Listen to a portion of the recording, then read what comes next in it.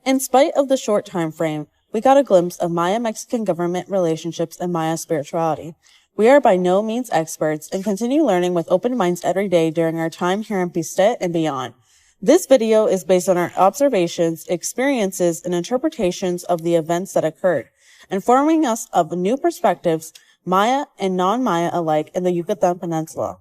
Where offensive terms are discussed, they are not done with ill will, but to acknowledge the harm done by these concepts. We hope this video is not a replacement for learning from Maya scholars, but as part of a greater conversation of including local beliefs and realities instead of misrepresentation.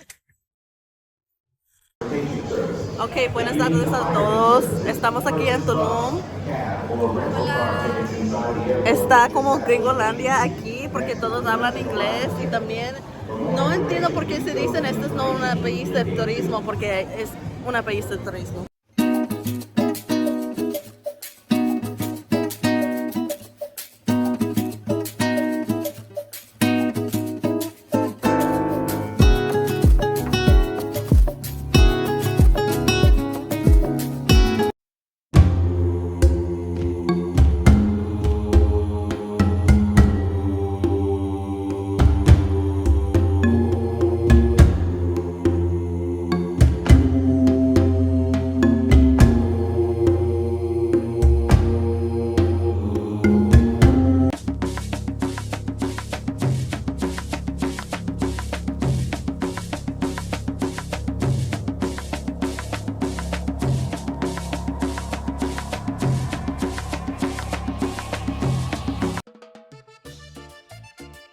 Identity is a set of unique characteristics that defines the self, and collective identity describes how a community sees itself. Herder's idea of authenticity comes from a sense of inner truth of the self, which is the process of how an identity grows from the self rather than being shaped by outside influences.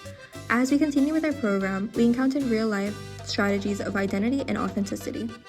When we traveled around Piste to explore the area, we came across a restaurant called Las Mestizas, which advertised itself as authentic Yucatecan food, yet its menu included items like pancakes that aren't originally from Yucatan, showing how identity can be blended and influenced by the audience the business hopes to attract. Even the name of mestizas reflected on how layered this identity was. The word refers to mestizaje, which is the mixing of races. For some time in Mexico, the cosmic race ideal emerged, and people believed that the accelerated mixing of races would create a new superior race, thereby eliminating the problems of inequality and racism. However, this identity strategy tends to romanticize the racial hierarchies that were in place, raising a question of why these restaurants chose to go with that name to attract more customers, and how, by mixing different forms of identity such as racial, regional, and cultural, the authenticity loses its authentic self.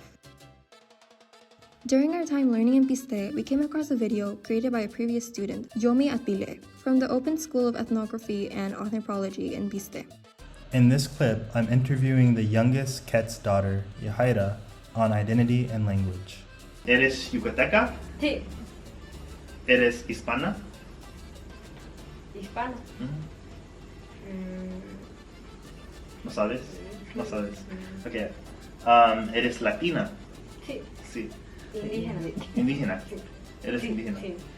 His questions relied on American racial labels like Latina, Hispanic, and Indigenous, which are terms that can be applied to a heterogeneous country like the United States. But to a more homogeneous country like Mexico, those same terms don't apply due to the mestizaje that occurred throughout the nation's history. As French sociologist Pierre Dubois explained, habitus is the process and way that people perceive and respond to the world around them. As Dubois puts it, our habitus influences the questions we ask, and it is important to realize that it may not match the world we are stepping into, especially a world of multiculturalism.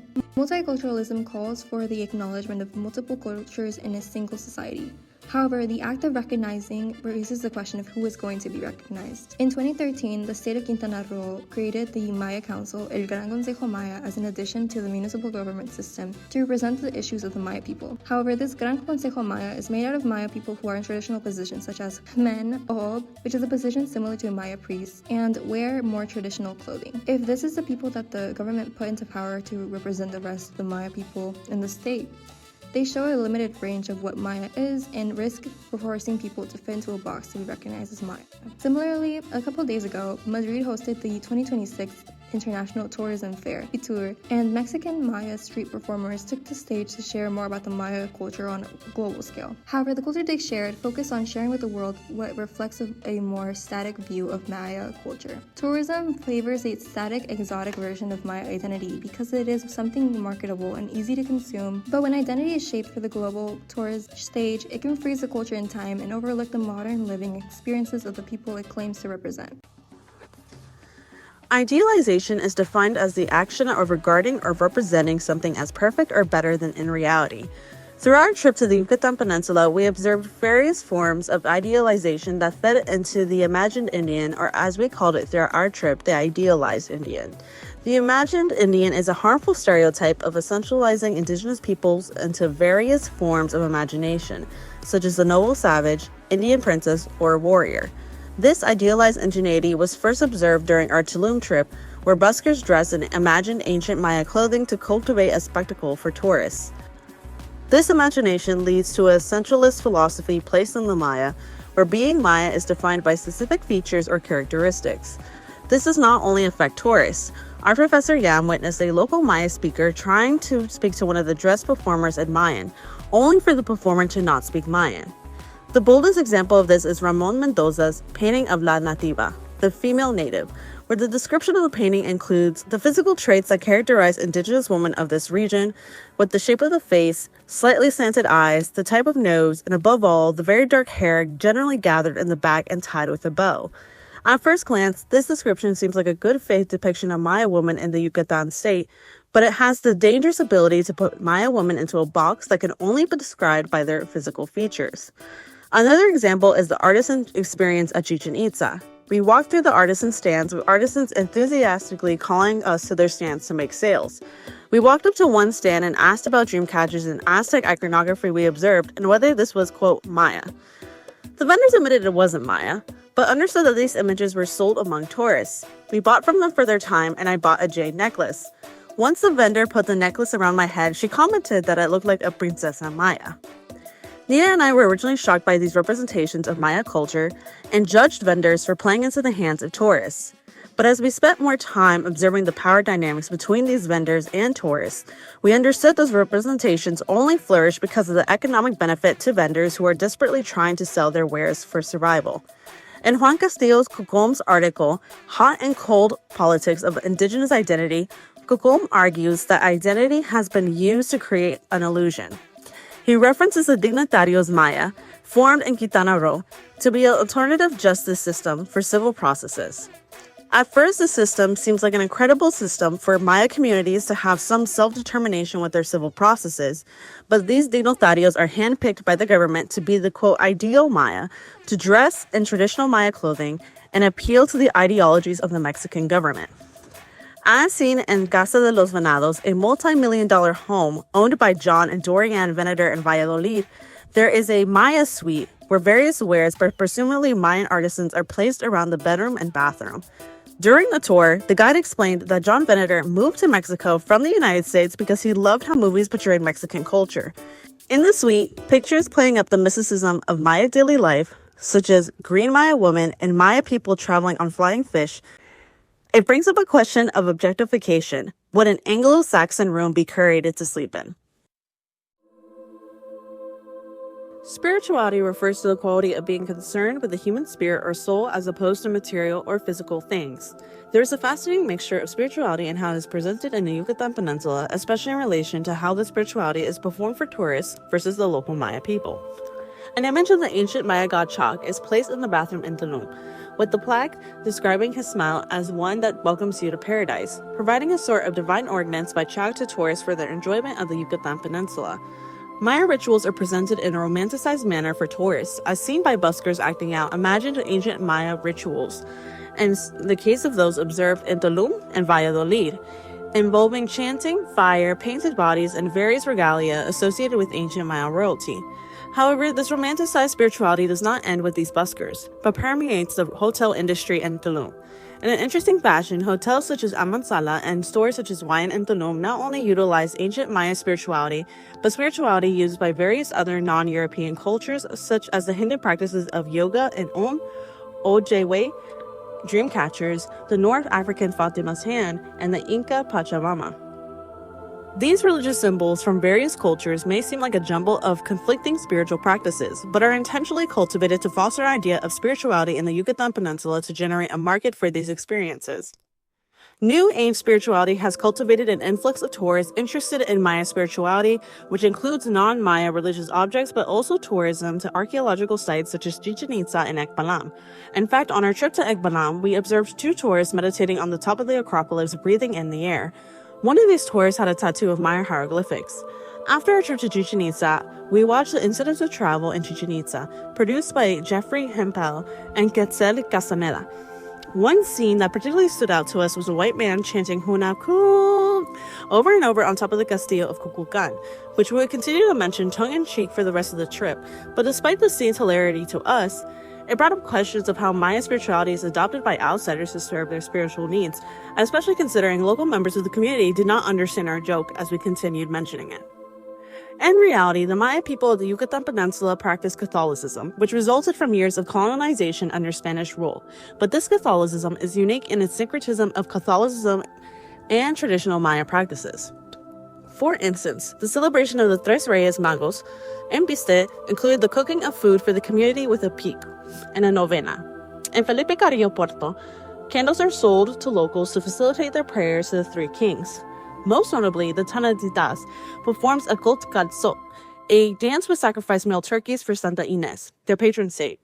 Preparations for this event takes up to months in advance, and celebrations last multiple days, with food lasting for months afterwards for the community.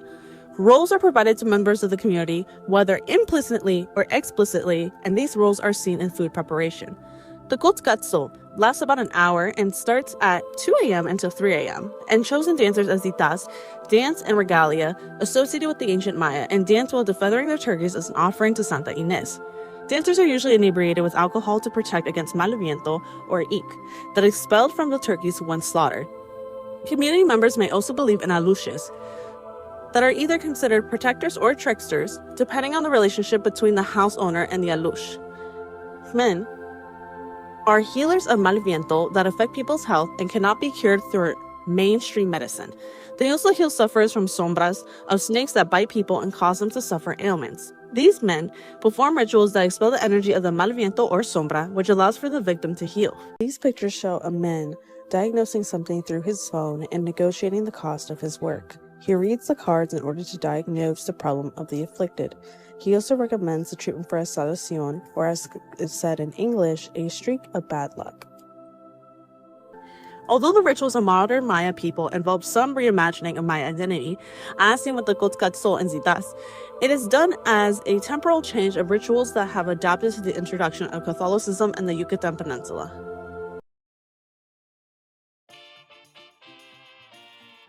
Co-optation occurs when the state takes something that was originally independent, whether it was private or community-driven, and uses it for a new purpose. In Mexico, we saw several examples of this during our time in Yucatan. In Piste, the municipal government hosts a large public Tres Reyes Magos, aka the 3 Wise Kings, event with performances, free rosca, which is a type of bread, and hot chocolate. It is often seen by the locals as a generous gesture of the municipal government, but it also blends a family-centered Catholic tradition with local politics, creating an image of a caring, community-driven government. Over time, events like this can become part of how the younger generation see the state, not only as an authority, but also as a cultural promoter. Alongside the religious use of co-optation, we also saw cultural co-optation in places like La Casa de los Venados, a privately owned home in Valladolid filled with contemporary and folk art from all around Mexico. Even though the house isn't state-run, it has become a part of the city's cultural identity and tourism marketing, prompting the government to show an interest in buying it and turning it into a public museum, partially to enhance its public image and to associate with this type of curated Mexican culture, and to also strengthen its role as a promoter of national heritage. In 1972, the Mexican government released the 1972 Federal Law on Monuments, which made all pre-Hispanic artifacts the property of the nation and stated that they cannot be exported or placed in foreign hands. This law protected Chichen Itza from being extracted by foreigners, but after El Castillo, also known as the Temple of Kukulkan, was classified as one of the 7 modern wonders of the world by UNESCO in 1988, the archaeological site became increasingly shaped by tourism's narratives. In Incidents of Travel in Chichen Itza by Quetzal Castañeda and Jeffrey Himpeley, the Chichen Itza depicted in the 90s was vastly different from the Chichen Itza we saw when we went to visit. Back then, people could climb up the buildings and explore. However, due to the site facing a lot of damage due to excessive tourism, access and conservation rules changed, and the site's image switched from a spiritual tourism destination to a national symbol of Mexican heritage and culture that was shaped for the world. The contrast shaped by government co-optation was clear when observing towns around tourist destinations and towns far from tourist destinations. Unlike tourism-heavy towns near archaeological zones, these small towns such as Sutzal, Seymour, centered around their own community life. In the center of Sutzal, there was a kiosk with a gazebo on the second floor, which was very different from the various towns that had features meant to attract tourists, such as big, colorful, bulky letters with the name of the town, or a historical church in the center with a fountain of a historical figure, surrounded by artisans and food vendors. Compared to those cities and towns, these small towns felt no need to project a mystical or ancient image to attract visitors, instead choosing to focus on expressing its identity through murals with scenes of kids playing and holding spaces for people to talk and interact with each other.